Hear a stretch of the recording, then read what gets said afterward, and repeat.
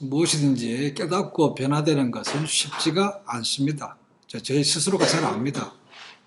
한 해를 시작하면서 또 매일매일 이걸 바꿔야 되는데 결심하지만 쉽게 바꾸지 못합니다. 얼마 동안 하다가 안 되면 그냥 포기해버리는 것도 많습니다. 작심삼일에 끝나는 것도 많습니다. 그래서 어떤 사람들은 그게 두려워서 아예 생각은 있지만 시작할 생각조차도 하지 않는 분들도 있습니다. 그래서 전혀 달라지는 것이 없죠. 그러면서도 다 남 탓은 많이 합니다. 그렇죠? 내 탓은 하지 않습니다. 다 저 사람 때문이고 남들 때문에 그렇다는 거죠. 그 세상이 점점 불신과 화목들이 깨어져 갑니다. 그럴 때 우리가 사도 요한의 삶을 보면서 많은 또 도전과 교훈을 받습니다. 사랑의 사도 요한, The Disciple of Love라고 부릅니다. 그렇지만 처음부터 그가 사랑으로 충만한 사람은 결코 아니었습니다. 불같은 성격이었습니다. 그래서 예수님께서 직접 붙여준 별명이 우레의 아들이다. 그런 별명을 붙였습니다. 부족함이 없는 가정에 자랐습니다. 그래서 교만하기도 했고 오만하기도 했습니다. 우습게 여기는 것도 많았다는 거죠. 그렇지만 3년 동안 예수님을 따라다니면서 그런 삶들이, 그런 인격들이 변해가기 시작했습니다. 진리가 무엇인지를 확실하게 깨달았습니다. 그래서 사랑과 진리를 조화를 이루는 삶을 배웠습니다. 부모님을 통해서 리더십을 가졌지만 그것이 야망이었습니다. 세상적으로 자기가 뭔가 높이 올라가서 사람들에게 인정받는 그런 삶을 살기를 원했지만 예수님의 말씀 속에서 낮아지는 자가 됐습니다. 겸손한 자로 바뀌어져 갔다는 거죠. 그런 예수님의 영광을 직접 목격했습니다. 지금 우리가 보는 예수님이 우리 인간이지만 원래 모습이 하나님이시라는 거죠. 그래서 변화산상에서 예수님의 원래 잠깐이지만 원래 회복하는 모습을 보고 너무 놀랐습니다. 아, 영광이 저런 것이구나. 그렇다면 나는 저분, 그 영광스러운 저분의 좌우편에 앉아야지라는 마음을 가진 것이죠. 그런 좋은 영광이 아니었다면 결코 좌우편에 앉게 해달라고 부탁하지 않았을 것입니다. 그 영광스러운 것을 알기 때문에 높은 자리에 좌편과 우편에 앉게 하옵소서라고 부탁을 드렸죠. 그렇지만 예수님께서 말씀하십니다. 다 좋은데 네가 내가 주는 잔을 마실 수 있겠느냐라고 말씀하십니다. 요한은 생각했습니다. 그 잔이 영광의 잔이니까 마땅히 내가 누려야죠. 내가 할 수 있습니다라고 했지만 그 잔의 의미를 정확히 뭔지 몰랐습니다. 예수님께서 군병들에게 너무나 무기력하게 잡혀가시고 불법으로 재판을 받으시고 모욕을 당하시고 채찍에 맞춰가는 그 모습 속에서 주님께서 말씀하셨던 그 고난, 제 잔이 저런 거구나. 그때부터 깨달아가기 시작합니다. 과연 내가 저 잔을 받을 수 있을까? 그러면서 인생 가운데 많은 아픔들을 경험하기 시작합니다. 12제자 가운데 가장 먼저 순교당한 사람이 바로 자기 형이었습니다. 야고보. 얼마나 아프겠습니까? 어쩌면 저는 이렇게 하지 않았을까 생각해 봅니다. 하나님, 왜 12명 가운데 가장 먼저 왜 내 형입니까? 내 형. 다른 사람도 있는데. 그런 아픔. 그리고 시간이 지나갑니다. 자기 동료들이 다른 지역에서 복음을 전하다가 1명씩 2명씩 목병을 당하거나 화형을 당하거나 칼에 맞아서 죽습니다. 자기는 살아남습니다. 그렇죠?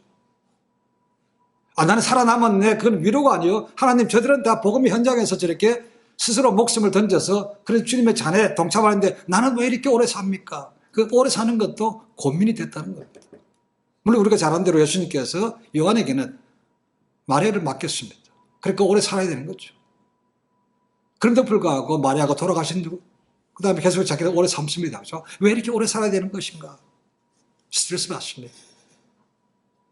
그러나 하나님께서는 그를 통해서 또 새로운 영광을 보게 하셨습니다. 그것은 그에게 서신서를 쓰게 하신 거죠. 그렇죠? 요한복음을 썼습니다. 요한 1, 2, 3서를 썼습니다. 그리고 마지막 때가 기록된 계시록도 쓰게 하신 것이죠.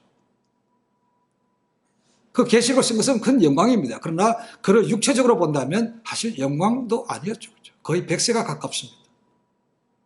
그런 나이에 기록했다는 거죠. 우리 잘 아는 철로 역적을 쓴 존 버년이 있습니다. 그 감옥에 갇혀 있으면서 책을 썼습니다. 그럼 그분은 이렇게 얘기합니다. 우리가 가장 힘들 때 가장 좋은 작품이 나온다고 얘기합니다. 내가 감옥에 갇히지 않았더라면 이런 좋은 책을 쓸 수가 없다는 겁니다. 사도 요한도 거의 100세가 가까운 나이에 밤모섬에 잡혀서 있는 힘든 가운데 채석장에서 낮에는 돌을 깨고 주일이라든가 이런 때 계시를 받아서 이 놀라운 요한 계시록을 썼다는 거죠.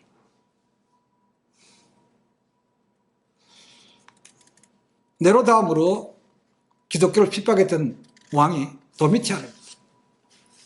이 도미티안이 이 요한 나이 많은 할아버지를 뭐가 그렇게 중요해서 그를 밤모섬에 유배시켰겠습니까? 그죠? 그만큼 기독교에 대한 타락이 심했기 때문에 다 늙어가는 그런 할아버지를 밤모섬에 정치범으로 보냈다는 겁니다. 그래서 요한은 또 한 번 하나님의 영광이 더해서는 고난도 받아야 되는구나. 그래서 영광과 고난을 조화를 이룰 수 있는 삶도 배웠습니다. 처음부터 아는 것은 아니었습니다. 그걸 누가 좋아하겠습니까? 도미티안 황제가 물러나고 그러자 그의 칙령도 끝이 났기 때문에 요한은 풀려납니다. 그리고 다시 에베소로 돌아갑니다. 소아시아 에베소. 소아시아에 있는 7교회 나오는 가운데 첫 번째가 에베소 교회입니다. 굉장히 중요한 곳입니다. 바울이 이쪽에 교회를 개척했습니다. 사도행전을 보시면 사도 바울이 2차 전도행 때는 잠깐 스쳐 지나갑니다. 그러나 3차 전도행 때는 거의 3년 동안 거기서 머무르게 됩니다. 두란노 소원이라고 하기에는 요즘 얘기하면 신학교도 세우며 거기서 본격적으로 하나님의 말씀을 전파하기 시작합니다. 바울은 요즘 얘기하면 선교, 개척의 전문가입니다. 아주 중요한 거점을 찍어서 거기서 사역을 한 것이죠. 고린도 교회도 마찬가지였고 에베소 교회도 마찬가지였습니다. 그렇다고 해서 에베소가 모든 것이 뛰어났기 때문에 여기가 거점을 삼아야 되겠다 그렇게 한 것은 아니었습니다. 물론 시장적으로 본다면 부유한 곳이었고 상업이 발달한 곳이었습니다. 정치적으로는 로마 총독이 관제가 있는 곳이었습니다. 그러나 중요한 것은 그게 아니고 아데미 신전이 있는 우상을 섬기는 곳이었다는 거죠. 그런 곳에서 거점을 삼았다는 겁니다. 그리고 바울이 순교당했습니다. 그리고 그 뒤를 이어온 사람이 누구입니까? 사도 요한이라는 거죠. 저는 그렇게 생각했습니다. 이런 중요한 거점에 사도 바울이 교회를 세우고 10년 동안 사역하다가 죽었는데 그럼 그 다음에 오는 사람이 얼마나 중요해야 되겠습니까? 그렇죠? 그걸 물려받으려면 거기에 사도 요한이 왔다는 겁니다. 이게 결코 우연이 아니라는 거죠. 요한은 거기에서 또 놀라운 사역을 하게 됩니다. 제자를 키웁니다. 요한이 키웠던 제자 가운데 유명한 사람이 또 있습니다. 폴리캅이라는 사람입니다. 폴리캅. 나중에 그는 서머나 교회의 리더가 됩니다. 우리가 7개 기억하시죠? 에베소, 서머나, 조아디라, 사데 7개 나옵니다. 두 번째 교회가 서머나입니다. 그러니까 에베소에서 요한으로부터 모든 걸 전수받고 그 다음에 서머나 교회를 가서 거기서 리더가 되었습니다. 이 사람도 순교당했습니다. 그렇지만 예수를 믿는 사람이었지만 그 주변에 안 믿는 사람 그리고 로마 총독, 로마 군인들도 이 폴리갑을 그렇게 존경했다는 것이죠. 그런데 로마 황제로부터 칙령이 내려왔습니다. 기독교인들 잡아라. 특별하게 리더를 잡아서 족치라는 겁니다. 그를 불러다가 사람들 앞에서 황제에게 숭배하게 하고 사람들 앞에서 그리스도를 모독하는 말을 하게 하라고 얘기합니다. 그 군인들을 보냈습니다. 그걸 알고 믿음의 사람들이 폴리캅을 피신시켰습니다. 그러다가 결국은 그가 발각이 됐습니다. 기원 후 156년 2월 22일에 했다고 말합니다. 찾아왔습니다, 군인들이. 그런데 도망가지 않았습니다. 폴리캅은 찾아온 사람들에게 물과 음식을 주면서 조금 시간을 달라 부탁했습니다. 그리고 2시간 동안 기도한 후에 스스로 잡혀가게 됩니다. 로마 총독은 많은 사람들을 불렀습니다. 그리고 얘기합니다. 이 사람들 앞에서 네가 황제를 숭배하고 그리스도가 틀렸다라고 고백하라는 것입니다. 그러면 살려주겠다는 겁니다. 그랬더니 폴리카피 이렇게 얘기합니다. 86년 동안 한 번도 나에게 부정한 것이 없게 해준 그 주님을 내가 어떻게 배반할 수 있는가? 너희 마음대로 하라고 했습니다. 로마 총독이 그래도 이 사람들이 존경받기 때문에 살려주고 싶었습니다. 그래서 또 권면합니다. 또 권면합니다. 한 번만 해라. 근데 하지 않았다는 겁니다. 그랬더니 결국 로마 총독이 불에 태워 죽이라고 말합니다. 폴리카피 이렇게 얘기합니다. 당신들은 1시간이면 꺼져버릴 불로 나를 위협하지만 장래에 올 심판의 불은 신앙이 없는 사람들에게 예비된 영원한 형벌의 불이더라.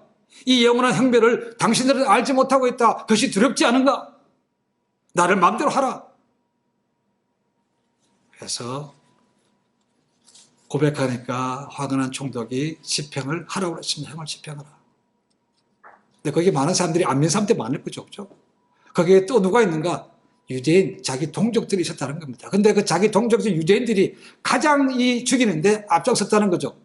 불을 붙이려면 뭐가 필요합니까? 나무가 필요하죠. 그날이 안식일이었다고 말합니다. 안식일 일하면 안 되는 거죠. 그죠? 근데 자기 동족 유대인들이 가장 나무를 모으는 일과 불 붙이는 일에 앞장섰다고 말합니다. 그리고 불을 붙였습니다. 근데 바람이 많이 불어서 불꽃이 꺼져갔다 탔다가 이렇게 하니까 너무 시간이 오래되고 고통이 들어요. 그래서 할 수 없이 군인이 그를 창으로 찔러서 죽였다고 말합니다. 이것이 사도 요한의 제자 폴리카입니다. 이런 제자를 키워냈다는 거죠. 에베소에서.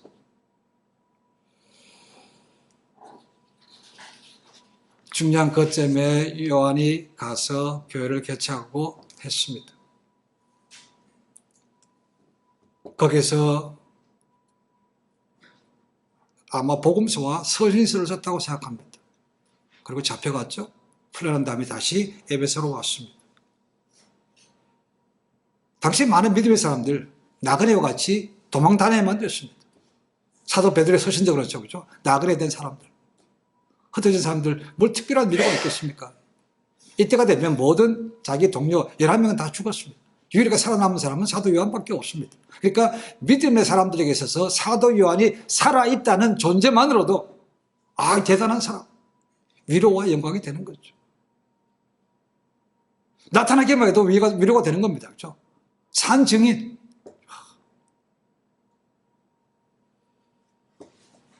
전승에 의하면 사도 요한은 어머니 마리아를 잘 모셨고 예루살렘을 떠나지 않았다고 말합니다. 그리고 돌아가신 다음에 아마도 에베소로 갔다고 얘기해집니다. 그렇지만 생각해 볼 수 있는 것은 만약에 사도 요한이 변화가 되지 않았다면 예수님께서 마리아를 맡기지도 않았을 것이고 저렇게 오랫동안 살아나면서 그런 계시록도 쓰게 하지 않았을 거라고 생각합니다. 물론 예수님께서 12제자에게 가장 먼저 부탁한 것은 복음 전파였습니다. 그렇죠? 그건 당연합니다. 그런데 두 사람, 베드로와 야고보에게는 따로 부탁한 것이 있습니다. 요한은 십자가상에서 예수님께서 보라 요한아 내 어머니라. 가서 어머니처럼 모시라고 얘기했죠. 그죠? 요한에게는 마리아를 맡겼습니다. 자, 그러면 요한의 라이벌이 누굽니까? 베드로죠. 베드로에게 뭐를 맡겼겠습니까? 요한복음 21장에 보시면 양을 맡겼습니다. 양. 요한에게는 어머니, 베드로에게는 양을 맡겼다는 거죠. 이제 앞으로 요한복음 강의에서 다시 들어가면 21장에 제일 마지막 장이 21장입니다. 거기 보면 이제 예수님께서 베드로에게 양을 맡기는 장면이 나옵니다. 우리가 잘 아는 장면입니다. 그렇죠? 이제 다시 보기 때문에 자세한 것을 말씀드리지 않습니다. 돌아가신 다음에 예수님께서 다시 그들에게 갈릴리에서 만나자. 그리고 가셨습니다. 그렇죠? 제자들이 먼저 갔죠. 예수님이 안 보이는 겁니다. 그러니까 베드로가 먼저 바람을 잡습니다. 놀면 뭐하냐? 고기나 잡자. 바람 잡았습니다. 그랬더니 다른 동료들이 거기에 조인해서 물고기를 잡기 시작합니다. 물고기 잡기 시작할 때가 어두울 밤이었고 새벽까지 고기를 잡았다고 되어 있습니다. 많이 잡았을까요? 한 마리도 못 잡았습니다. 3년 동안 낚시질을 안 했기 때문에 실력이 줄어서 그럴까요? 모르겠습니다. 한 마리도 못 잡았습니다. 지치고 피곤합니다. 이제 거들라고 합니다. 그럴 때 새벽 미명, 동이 터올 때 좀 어둑어둑할 때입니다. 누군가 얘기합니다. 그물을 배 오른쪽에 던지래. 근데 넌 그물을 던졌다는 겁니다. 그랬더니요, 놀랍게도 그물이 찢어질 정도로 물고기가 많이 잡혔다는 거죠. 그러니까 생각날 거 아닙니까? 야, 우리는 이렇게 밤새도록, 그래서 한때는 전문가였는데, 우리는 한 마리도 못 잡는데, 어떻게 이렇게 한마디에 그물을 내렸더니 이렇게 많이 잡히는가? 그 사람, 말한 사람이 누구야? 궁금할 거 아닙니까? 그죠?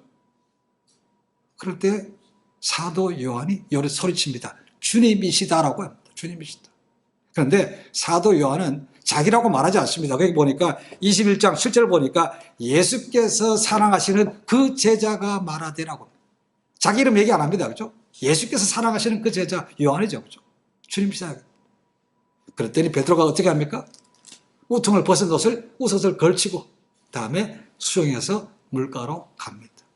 그때 예수님께서 떡을 준비해 놓으셨고 조반을 준비해 놓으신 거죠. 그러고 나서 너희가 잡은 물고기 좀 가져와라. 그랬더니 베드로가 그물을 끌어올려서 물고기를 세봤더니 물고기가 몇 마리였습니까? 153마리였습니다. 153마리. 엄청난 것이죠. 여러분 153하면 뭐 생각나는 게 있습니까? 153 가봅니까? 가보. 153 하면 떠오르는 것이 모나미 볼펜입니다. 한국의 모나미. 그러니까 당연히 믿는 분이겠죠. 그죠? 풍요롭고 신뢰만한 제품을 만들었는데 이름을 뭐로 할까 고민했다는 겁니다. 당연히 믿음이니까. 그래서 성경책 읽다가 이 153을 발견하고 153으로 졌다는 거죠. 송상식이라는 분입니다. 신뢰와 풍요. 또 다른 면으로는 앞에 있는 15가 이분이 이거 모나미 153을 만들 때가 1963년도였답니다. 3년도에 버스비가 15원이었답니다. 그리고 신문 한 부가 15원이었대요. 그래서 많은 사람들이 쉽게 가질 수 있도록 이 15라는 숫자를 넣고 뒤에 3은 모나미의 세 번째 작품이랍니다. 시그니처 작품이죠. 그래서 153이라는 얘기가 있습니다. 풍요롭게 올라왔다는 거죠. 자, 밤새도록 지쳤는데 고기 지금 많이 잡았습니다. 그죠? 그리고 밥 먹는 시간에 이게 얼마나 기뻐야 될 시간입니까? 먹는 시간이 얼마나 즐겁지 않습니까? 그죠? 근데 성경 말씀 보니까 분위기가 썰렁해요. 말하는 사람도 없고 기뻐하는 사람도 없어요. 그냥 묵묵히 있습니다. 그죠? 그런 침묵을 깬 분이 주님이었습니다. 누구한테요? 베드로한테. 베드로에게 묻습니다. 그죠? 베드로야, 네가 날 사랑하느냐? 3번 묻습니다. 베드로가 쩔어서 말을 잘 못하죠. 그죠?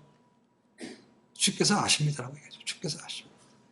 내가 주님을 사랑합니다. 이렇게 말을 못합니다. 그죠? 그때마다 예수님께서 3번 대답했는데 3번 다 뭐라고 합니까? 내 양을 먹이라고 그러죠. 요한에게는 어머니를 맡기셨고 베드로에게는 3번이나 내 양을 먹이라고 말씀하셨죠.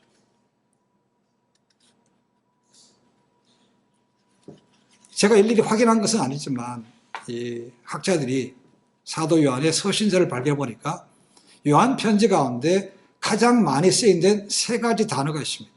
첫 번째는 사랑, 두 번째는 증거, proof, 세 번째가 진리라는 단어입니다. 요한복음과 복음서에 사랑이라는 단어가 85회 이상 나온다고 얘기합니다. 그리고 증거하노니, 이런 증거라는 단어가 70배 이상 나오는 것이고 진리라는 단어가 45번 이상 나온다고 얘기합니다. 이것이 요한의 특징이라는 거죠. 제자들 가운데 누구보다도 주님의 사랑을 받았던 사람이 요한이죠. 그 품에 안겨 있는 자, 예수께서 사랑하는 그 제자, 그렇게 할 정도로 요한은 다른 제자들보다가 월등하게 사랑을 많이 받았습니다. 그렇죠? 어떻게 깨달았는가? 자기같이 불같은 사람, 무식한 사람을 끝까지 믿어줬다는 겁니다. 주님께서. 화가 나가지고 주님, 불을 내려서 저 사람 다 태워버릴까요? 이렇게 말할 정도의 그렇게 담대했던 사람을 하나님께 주님께서 용서해 주셨다는 겁니다. 저게 사랑이에요. 높은 지위와 자리에 집착하는 자신을 주님께서 변함없이 사랑해 주셨다는 것이죠. 그래서 예수님의 사랑이 요한을 바뀌어놨기 때문에 요한도 다른 사람을 사랑할 수밖에 없었고 또 사랑에 대해서 전파할 수밖에 없었다는 겁니다. 그래서 요한의 신학을 한마디로 정하면 사랑의 신학이라고 말합니다. 사랑의 신. 그래서 그의 별명도 사랑의 사도 요한이라는 거죠. 사랑의 사도. 그렇지만 요한이 사랑이라는 것을 강조하면서 한쪽으로 치우친 것은 아니었습니다. 사랑한다고 해서 무조건 모든 것을 다 용납한 것은 아니었다는 거죠. 그렇죠? 특히 그의 서신서 같은 데 보면 누구를 용서하지 않았는가? 적그리스도, 가짜들은 용서하지 않았습니다. 요한일서 같은 데 보시면 적그리스도의 영이 나타났다고 말해요. 그렇죠? 그들의 기만술, 그들의 죄, 그들의 부도덕에 대해서는 아주 질타하는 것을 볼 수 있습니다. 그러니까 가짜들에 대해서는, 거짓에 대해서는 요한이 여전히 우리의 아들로 남아있었죠. 그렇지만 그 나머지에는 사랑으로서 인내와 관용을 베풀었던 제자였다는 겁니다. 그래서 사랑과 진리가 균형을 이루는 그런 삶인 것을 요한 서신에서 볼 수가 있습니다. 그럼 성품이 변하다는 거 쉽습니까? 어렵습니다. 바뀐 것 같다고 생각되는데 불쑥불쑥 나옵니다. 그렇죠? 요한은 그것이 바뀌어서 갔다는 것입니다. 그럼 오늘 갈수록 한쪽 극단으로 가던 사람이 점점 많아지는 것입니다. 속된 말로 하면 뭐 아니면 도라는 거죠. 그렇죠? 그러니까 불신입니다. 그렇죠? 내가 하는 것이 옳다고 생각하고 남은 아예 그것들을 보지 않고 무시하는 것들이 너무 많습니다. 보수니 진리, 진보니 얼마나 극단으로 가는지 모릅니다. 그게 세상에서 무슨 조화가 이룰 수 있겠습니까? 그렇죠? 자, 그러면 사도 요한의 마지막은 어떠했는가? 일반적으로 AD 98년 트라이아누스 황제 때에 사망한 것으로 추정을 합니다. 아마 그때는 AD 30년에 요한이 부를 때 청년이었으니까, 그죠? 한 20세 된다고 보면, 그럼 되었으니까 90은 넘었던 나이라는 거죠. 근데 그 죽을 때까지 사도 요한이 교회에 출석을 했다는 겁니다. 교회 공동체를 사랑했고 예배를 사랑했다는 것이죠. 근데 너무 몸을 약해서 걸어올 수가 없다는 거죠. 그래서 들것에 들려서 예배를 드리러 왔다고 합니다. 그리고 사람들 볼 때마다 이렇게 외쳤다는 것이죠. 사랑하는 자녀들아, 서로 사랑하라. 사람들이 묻습니다. 그럼 왜 우리가 사랑해야 됩니까? 라고 물었다는 거죠. 그때 요한이 그럴 때마다 이것이 주님의 계명이고, 그리고 사랑하면 그것으로 충분하다라고 했다. 그것은 충분하다. 그러니까 우리가 하나님을 사랑이라고 말합니다. 그렇죠? 지어낸 것이 아니고 성경에 있습니다. 하나님은 사랑이라는 단어가 있습니다. 누가 썼겠습니까? 요한이 썼죠. 고린도전서 13장이 바울의 사랑장입니다. 요한 1서 4장은 사도 요한의 사랑장이라고 말합니다. 거기에 요한 1서 4장 8절에 이렇게 말합니다. 사랑하지 아니하는 자는 하나님을 알지 못하나니 이는 하나님은 사랑이시라. 하나님은 사랑이시라. 마태복음 4장 19절에 보시면 예수님께서 베드로와 안드레, 야고보, 요한에게 너희가 물고기를 낳는 어부가 아니고 사람을 낳는 어부가 되게 하리라 하셨습니다. 그렇죠? 그래서 그들에게 정말 그렇게 영혼들을 불러오시고 많은 교회를 세우게 만드셨습니다. 사정을 통해서 볼 수 있습니다. 말 그대로 사도들의 행적을 기록하는 것이 사도행전입니다. 자, 그렇다면 사도들은 복음을 전하다 다 죽었습니다. 그런데 복음은 그들 그 죽음과 함께 끝이 났는가? 그렇지 않습니다. 사도행전은 28장으로 끝납니다. 그러나 그들이 죽은 이후로 지금까지 사도행전 29장은 이어지고 진행 중으로 있습니다. 그들의 복음을 들었던 수많은 사람들이 계속해서 복음을 전했기 때문에 이름도 모릅니다. 그렇죠? 사도행전 29장은 지금도 쓰여지고 있는 것이죠. 언젠가는 마침이 올 겁니다. 주님께서 다시 오시는 그날에. 그렇죠? 29장 쓰여집니다. 우리를 통해서도 쓰여질 것이 있을 거라고 생각합니다. 이번에 41차 서던 베프티스트 컨벤션에 갔습니다. 작년에 한 700명, 자녀들이 해서 200명에서 한 950명 정도가 모였습니다. 미국 교회는 한 2만 5천 명 정도 왔다고 얘기합니다. 대의원까지 포함해서 2만 5천. 숙소에 갔다가 이제 다시 장소로 교회로 옮겨갑니다. 작은 미니버스를 탔는데 맨 뒷좌석에 제가 앉았습니다. 그 옆으로 한 분이 남자분이 한 분이 타셨고 부부가 나이 드신 분이 타셨습니다. 옆에 탔으니까 통성을 해야 되겠죠. 그죠? 하다 보니까 시리아에서 난민 사역을 하다가 오신 분이었고 한 분은 동남아시아, 남아시아에서 인도네시아 이런 쪽에서 오랫동안 사역하시다가 오신 분이었습니다. 들어보니까 광모와 똑같이 인터내셔널 미션 보드에서 파송받은 사람들이었습니다.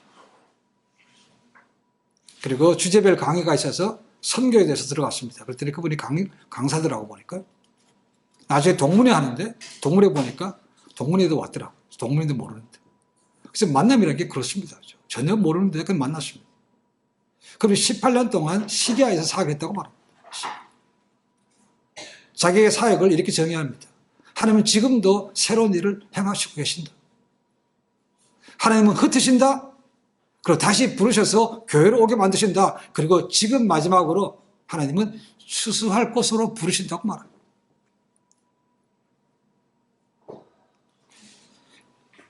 예수께서 마태복음 9장 이런 말씀이 있죠. 수수할 것은 많은데 뭐가 부족한 겁니까? 일꾼이 부족하다는 거죠. 그래서 주인에게 해서 추수할 일꾼을 더 보내주십시오라고 하라는 것입니다. 일터로 부른대요. 추수할 곳으로 부르신다는 겁니다. 재밌는 얘기 들었어요. 이분이 얘기하시는데요. 시리아에서 18년 동안 사역했는데 16년 동안은 시리아에서 했고 2년은 독일에서 했다고 얘기합니다. 그래서 질문합니다. 16년 동안 제가 몇 사람한테 침례를 줬겠습니까? 라고 묻더라고요. 그래서 뭐 어려운 거 아니까 무슬림 거니까 한 10명? 뭐 20명 그랬지만 한 명도 없답니다. 16년 동안 한 명도. 한 30명 정도는 가까이 자주 만나고 교제하고 했지만 침례는 한 명도 못 줬다는 거예요. 그래서 이분이 아이덴티티 크라이시스가 왔답니다. 내가 선교사인데 10년 동안 했는데 난 한 명도 침례를 못 줬다. 한 명도 구원받지 못했다는 겁니다. 그래서 이 사역을 계속 해야 되나 고민을 많이 했다는 겁니다. 그래서 성경을 보십니다. 성경 읽다가 요한복음 3장을 읽는데 하나님께서 은혜를 주셨습니다. 거기 보면 니고데모와 예수님께서 대화가 나옵니다. 바람이 임으로 불며 소리는 들리지만 어디로 와서 어디로 가는지 모른다는 겁니다. 그래서 성령으로 난 사람이 그렇다. 그렇게 말씀하시죠. 그렇죠? 그 말에 위로가 됐다는 것이죠. 아, 내가 10년 동안 한 명도 구원하지 못했지만 언젠가는 주님께서 하시겠구나. 그래서 힘을 얻고 그 다음에 독일로 갔다는 거죠. 시리아는 내전 때문에 미국 시민권자는 못 들어갑니다. 어떻게 독일로 갔습니까? 독일에 팔레스타인이라든가 중동 난민촌이 굉장히 많습니다. 그래서 거기서 시리아 난민 사역을 했다는 거죠. 2년 동안 360명한테 침례를 줬다는 겁니다. 10년 동안은 빵이었는데 2년 동안에 360명. 얼마나 은혜가 됐겠습니까? 놀라면서 그렇게 얘기합니다. IMB에서 파송된 중동의 사역자들이 많은데 한국 사람은 자기하고 자기 아내가 유일하답니다. 물론 언어 배우는 게 쉽지 않죠. 보니까 외대에서 아랍어과를 전공했어요. 언어 배우는 게 쉽지 않습니다. 한국 분은 한 명도. 그래서 오십시오. 그렇다고 우리가 선교사로 간다는 것은 다 그만두고 외국으로 가야 되냐? 꼭 그런 의미는 아닙니다. 그렇죠? 우리 주변을 돌아보면 있습니다. 선교에 동참하고 기도하시면 되고 그런 것이 있지만 우리 주변에도 보면 있지 않습니까? 그렇죠? 그런 분들을 마음에 품는 것이죠. 그래서 얘기합니다. 그분은 선교의 주체는 사람이 아니라는 겁니다. 물론 선교를 사람이 가서 합니다. 그렇죠? 그러나 그것을 이루시는 분은 하나님이라는 거죠. 사도행전 주제는 선교의 주체가 하나님인 것을 우리에게 분명하게 말해주고 있다는 것이죠. 그런데 우리는 흘려버립니다. 내가 뭔가 해야 된다고 생각합니다. 내 입으로 할 때는 안 되더라는 얘기죠. 근데 주께서 역사하시니까 때가 되니까 그렇게 되더라는 것이죠. 우리 많은 경우 그렇습니다. 내가 뿌렸으니까 저 사람이 해야 돼, 거둬야 돼 라고 생각합니다. 열매는 우리 소관이 아닙니다. 그렇죠? 그렇게 하면 더 힘들어집니다. 우리는 뿌리면 언제나 그 열매를 볼 수 있습니다. 그러나 꼭 이 땅에서 보지 않을 수도 있습니다. 천국 갔을 때 거기서 당신 때문에 내가 여기 왔다고 하는 사람이 있을 수 있다는 겁니다. 그러니까 우리가 그런 욕심만 버리면 좋겠습니다. 나는 이제 뿌리고 죽게 사신다 하고 때를 기다리는 겁니다. 우리가 영혼들을 볼 때 그런 마음으로 볼 수 있어야 우리도 열매를 볼 수 있다는 겁니다. 꿈을 꿉니다. 천국에서 나 때문에 왔어 라고 하는 사람이 있으면 좋겠다는 거죠. 여러분, 이 땅에 사는 동안 한 명이라도 전도에서 열매 거둔 분이 있습니까? 그렇지만 한 명이 지금까지 없다 하더라도 괜찮습니다. 뿌리시면 천국에서도 만날 수 있는 거죠. 요는 그렇게 뿌리라는 것이죠. 사도 요한은 평생 그렇게 뿌렸다는 겁니다. 12제자 가운데 유일하게 평안하게 순교당하지 않고 하나님 앞으로 갔습니다. 오늘은 웰다이라고 합니다. 웰다이. 웰빙은 이제 옛날 얘기고 이제는 웰다이라고 합니다. 지금 사도 요한의 마지막이 웰다이라고 얘기했습니다. 어떻게 웰다이 되겠습니까? 주어진 일을 잘 마치고 했을 때 우리 마음이 평안하게 부름받지 않을까 생각합니다. 천국에서 다시 만날 그날 늘 꿈꾸며 이것이 제한된 곳이지만 그래도 만나는 분들이 있습니다. 새로운 분들은 별로 없지만 또 만나는 분들이 있습니다. 그들에게 주님의 사랑을 복음을 전할 수 있는 그런 삶이 되셔서 하나님께서 기뻐하시는 제자로 거듭나시기를 주님을 간절히 축원해 드립니다. 기도하겠습니다.